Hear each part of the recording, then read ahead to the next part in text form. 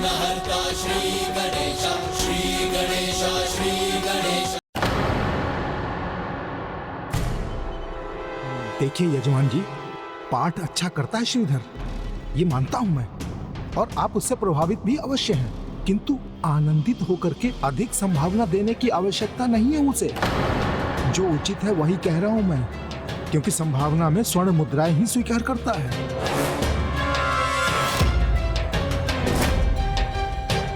यजमान, श्रद्धा से कुछ भी दे दो, स्वयं को प्रमाणित करने के लिए संभावना को अहंकारवश दान में दे देता है।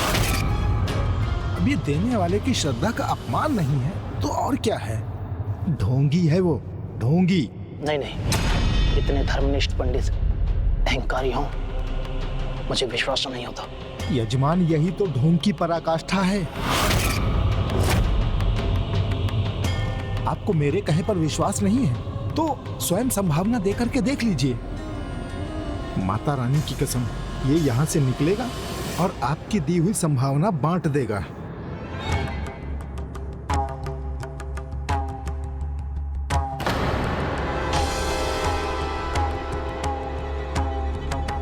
इसे क्यों बुला लिया आपने यहाँ? बचपन की सहेली को भला कौन भूल सकता है? मैं भुलाने के लिए थोड़ी ना कह रही हूँ, किंतु ऐसे शुभ अवसर पर ये उचित नहीं किया आपने। क्या आपको ज्ञात नहीं, ये निस्संतान है। इसकी गोद अभी तक नहीं भरी।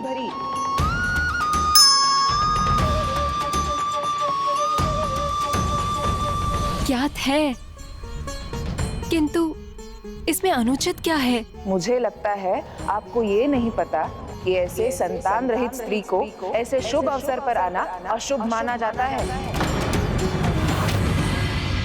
इतने समय बाद आपको माता रानी का आशीर्वाद मिला है, उस पर आप ये संकट की छाया क्यों पड़ने देना चाहती हैं?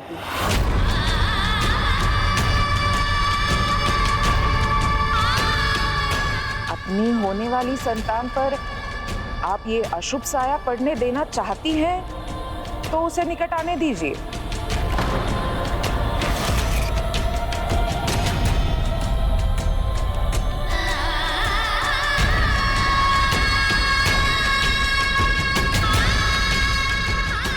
अब हमें अनुमति दीजिए।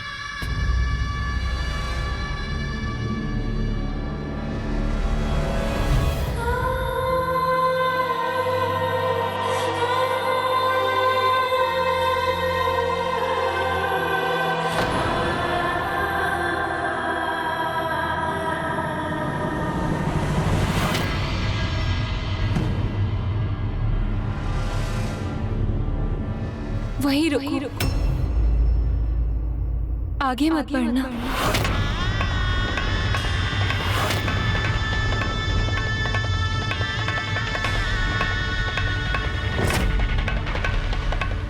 मुझे क्षमा करना सखी। प्रश्न मेरी होने वाली संतान का है, इसीलिए मैं किसी भी प्रकार की विपदा की संभावना भी अपनी संतान के लिए नहीं चाहती। आज यहाँ मैं कोई अपशगुन नहीं चाहती।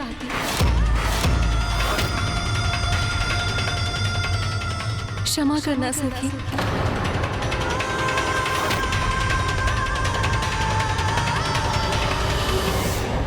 संभावना स्वीकार कीजिए।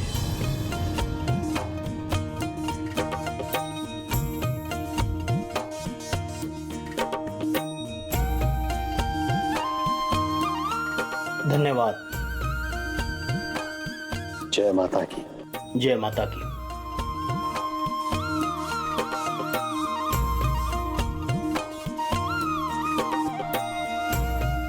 जय माता की। जय माता की। चलो श्रीधर।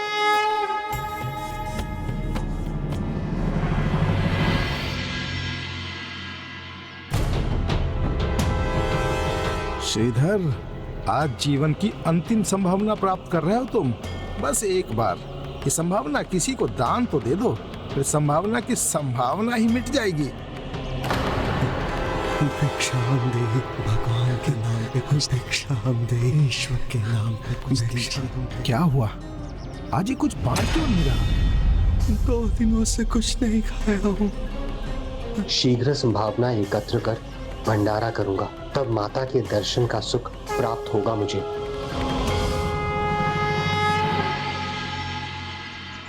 इतने दरिद्र हैं यहाँ, इसने देखा तक नहीं।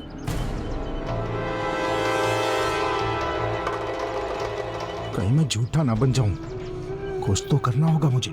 श्रीधर, अंततः तुम्हें भी माया मोह ने जकड़ ही लिया। चलो मैं अकेला नहीं रहा, तुम्हें भी संभावना के लालच ने अपने बंधन में बांध ही लिया। ऐसा नहीं है नयन सुख जी, किंतु भंडारे के संकल्प के लिए धन तो एकत्र करना ही होगा, तभी तो माता रानी के दर्शन पा सकूंगा। मेरे तो जीवन का एक ही ध्येय है, माता रानी के साक्षात दर्शन। हो, ऐसे तो मेरी चाल उल्टी पड़ जाएगी। आज इसने दान नहीं किया तो भूस्वामी मुझे झूठा मानकर सभी पूजा से मेरा बहिष्कार करवा देंगे।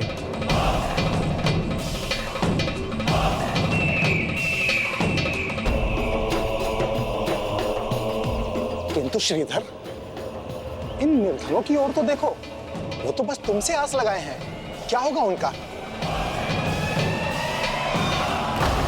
भगवान के नाम पे कुछ दीजिए, बहुत भूखा हूँ। लगी है।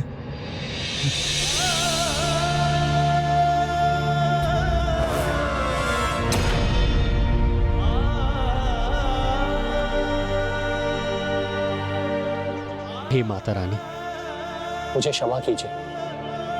मैं तो आपके भंडारे के लिए धन एकत्र कर रहा था, किंतु मुझसे बहुत बड़ी भूल होने जा रही थी। मेरी पूजा उनकी भूख से बढ़कर नहीं। मुझे स्मरण कराने के लिए धन्यवाद।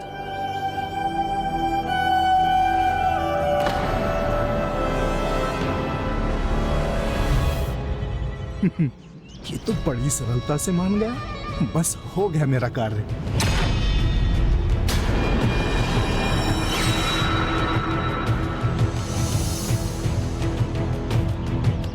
यजमान, श्रद्धा से कुछ भी दे दो तो स्वयं को प्रमाणित करने के लिए संभावना को अहंकार में दान कर देता है। अभी देने वाले की श्रद्धा का अपमान नहीं है तो और क्या है? ढोंगी है ये, ढोंगी। जय माता की। मेरे इस अपमान का परिणाम भुगतना होगा श्रीधर पंडित को। एक ओर श्रीधर नयन सुख के जाल में उलझ चुका था, वहीं दूसरी ओर नयन सुख की पत्नी सुलोचना को उलाहना दे रही थी। तब तो गणेश जी, सुलोचना का हृदय तो बहुत आहत हुआ होगा ना? नहीं पुष्पदंत जी। अपशकुन फैलाने आई है ये। थोड़ी भी लज्जा होती तो स्वयं ही नहीं आती यहाँ।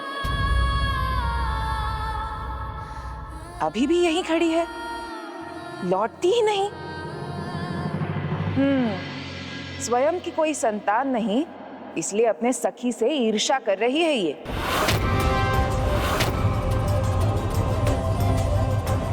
त्याग दीजिए इन विचारों को और चलाए रखिए अपनी भक्ति, अपने विश्वास की लौ को। माता वैष्णो देवी के दर पर देर है, अंधेर नहीं। मुझे भी पूर्ण विश्वास है, माता रानी कोई उपाय अवश्य करेंगे।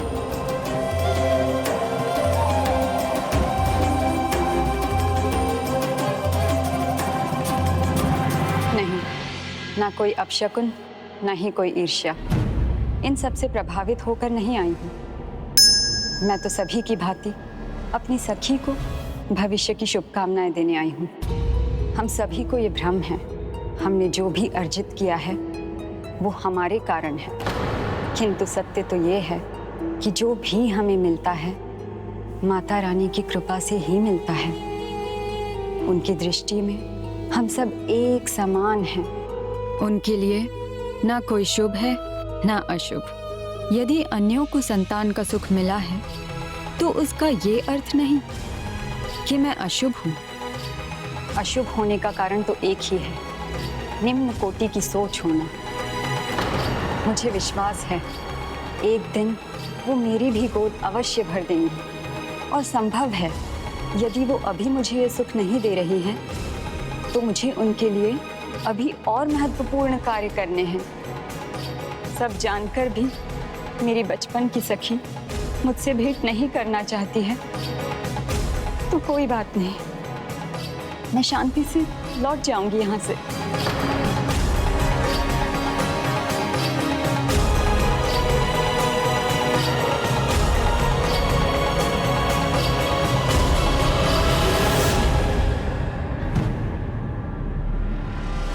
श्रीधर जी, जो मैंने दिया उसे इस प्रकार बांटकर अनुचित कर रहे हैं आप। मैं क्षमा चाहता हूं। आपने जो दान दिया अब वो मेरा है, और जो मेरा है वो मैं दरिद्रों में, निर्धनों में, भूखों में बांट रहा हूं। इसमें कुछ बुरा नहीं, अच्छा ही है। यह अनुचित कैसे हो सकता है? नहीं, ये मेरा अपमान है, क्योंकि मेरी दी हुई संभावना को बांटकर आप मुझे ये दिखा रहे हैं कि मेरी दान सामग्री आपके लिए व्यर्थ है। ऐसा नहीं है, ये मेरे जीवन का नियम है। जो भी मेरे लिए एक दिन के लिए आवश्यक होता है, मैं बस उतना ही रखता हूँ। आवश्यकता से अधिक जो होता है, मैं सदा उसे बांट देता हूँ। आप बातें बनाकर और अत्यधिक अपमान कर रहे हैं मेरा। आप इसे अपमान मान रहे हैं? आप तो स्वयं विद्वान हैं। आप भी जान रहे हैं, दरिद्रो नारायण, अर्थात दरिद्र में ही नारायण का वास होता है। आपने जो दान दिया भगवान के जो सबसे निकट होता है, मैंने उन्हें ही बांट दिया। इसमें तो आपका सम्मान हो रहा है, अपमान नहीं। क्या क्या कहा तुमने श्रीधर? कि जो धनी है उनके घर नारायण का वास नहीं होता? नहीं नहीं, मैंने ऐसा तो नहीं कहा। किंतु आपका ज्ञान तो यही कह रहा है। यदि आप ये मानते हो जहां धन है वहां नारायण नहीं, तो आप मेरे घर आ ही क्यों? जो निर्धन हैं उनके वहां जाकर पूजा करवाते, किंतु आएंगे यहीं, क्योंकि अधिक संभावना तो यहीं से प्राप्त होती है। श्रीधर जी, सत्य तो यह है कि आपको लालच है, स्वर्ण मुद्राओं का लालच।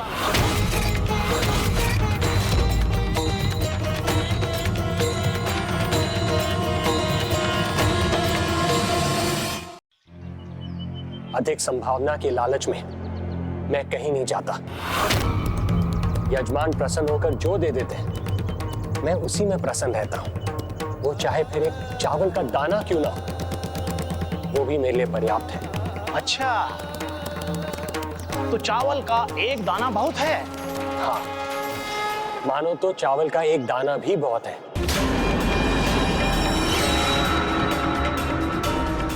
तो फिर चलिए उस अवस्था में दुर्गा सप्तशती के 9 पाठ प्रतिदिन 1 माह के लिए कीजिए, और इसके लिए मैं स्वयं आपके घर आकर पके हुए चावल का 1 दाना दूंगा। क्या यह स्वीकार है?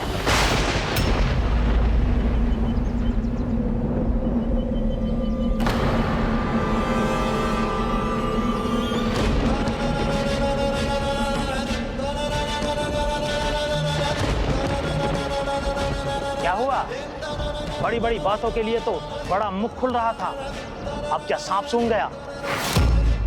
यदि आपने जो कहा था वो सत्य था, तो खोलिए अपना मुख और लीजिए संकल्प कि या तो 1 माह तक 1 चावल के दाने से संतोष करेंगे, या फिर माता की भक्ति को त्याग देंगे।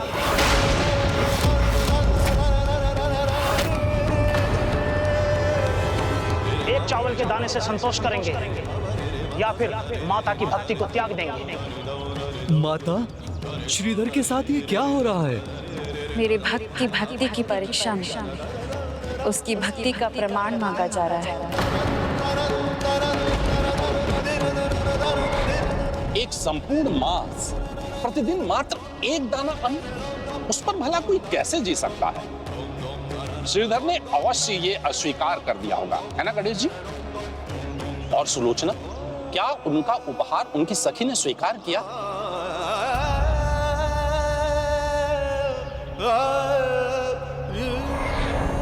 कहो सखी, आगे बढ़ूं या लौट जाऊं?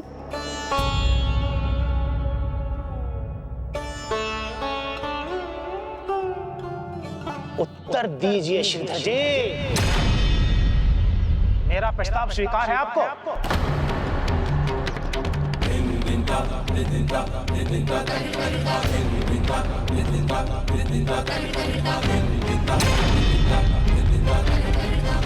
सखी, आशा तो ये है कि तुम मुझे आगे बढ़कर ये उपहार तुम्हें देने दोगी।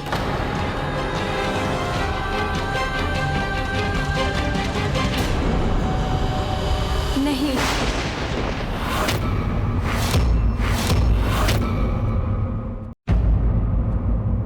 तुमसे कोई उपहार नहीं चाहिए मुझे सखी।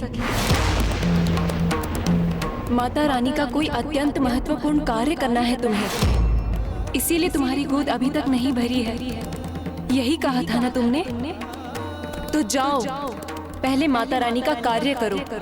यहाँ अपना, मेरा और हम सभी का समय व्यर्थ मत करो।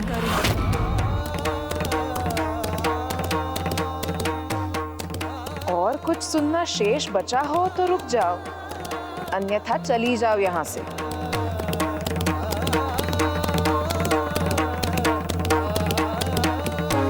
उचित है सखी, मैं जाती हूँ।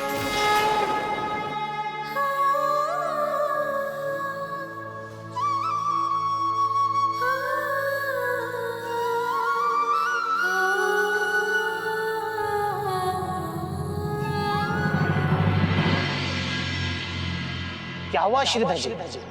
शांत और स्तब्ध हो गए? अपने शब्दों को पूर्ण करने का साहस नहीं है ना? तो त्याग दीजिए माता की भक्ति को, त्याग दीजिए माता की भक्ति को। सज्जन पुरुष होने का स्वांग मत कीजिए, त्याग दीजिए इस ठोंग को। तो त्याग दीजिए माता की भक्ति, पुरुष होने का स्वांग मत कीजिए, त्याग दीजिए इस ठोंग को।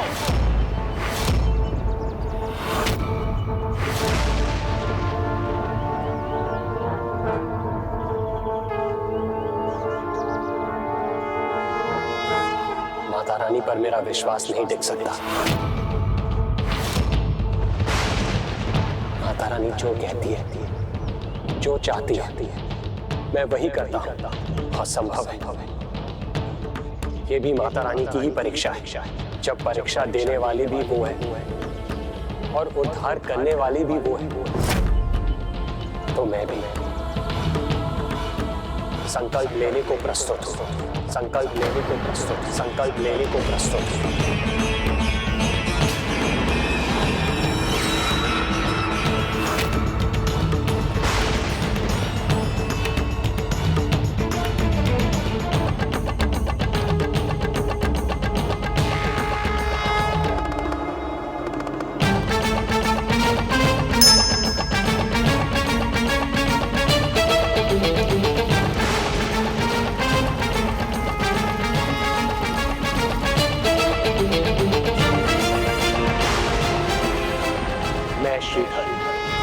संकल्प लेता हूं।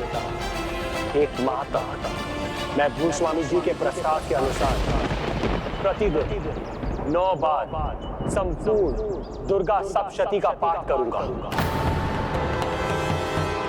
प्रत्येक रात्रि पाठ के अंत में संभावना में चावल का एक दाना पाकर उसी से जीवन यापन करूंगा। और अगर ऐसा करने में मैं असमर्थ रहा तो आजीवन माता रानी की भक्ति नहीं करूंगा।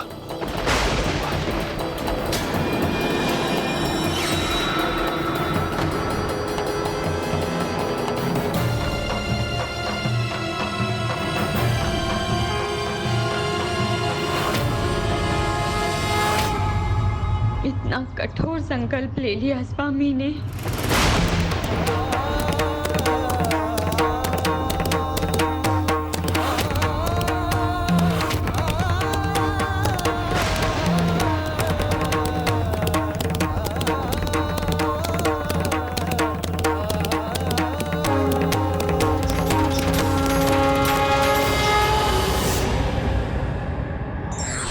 संतोष ऐसा गुण है जो व्यक्ति को सुख के साथ आत्मबल भी देता है।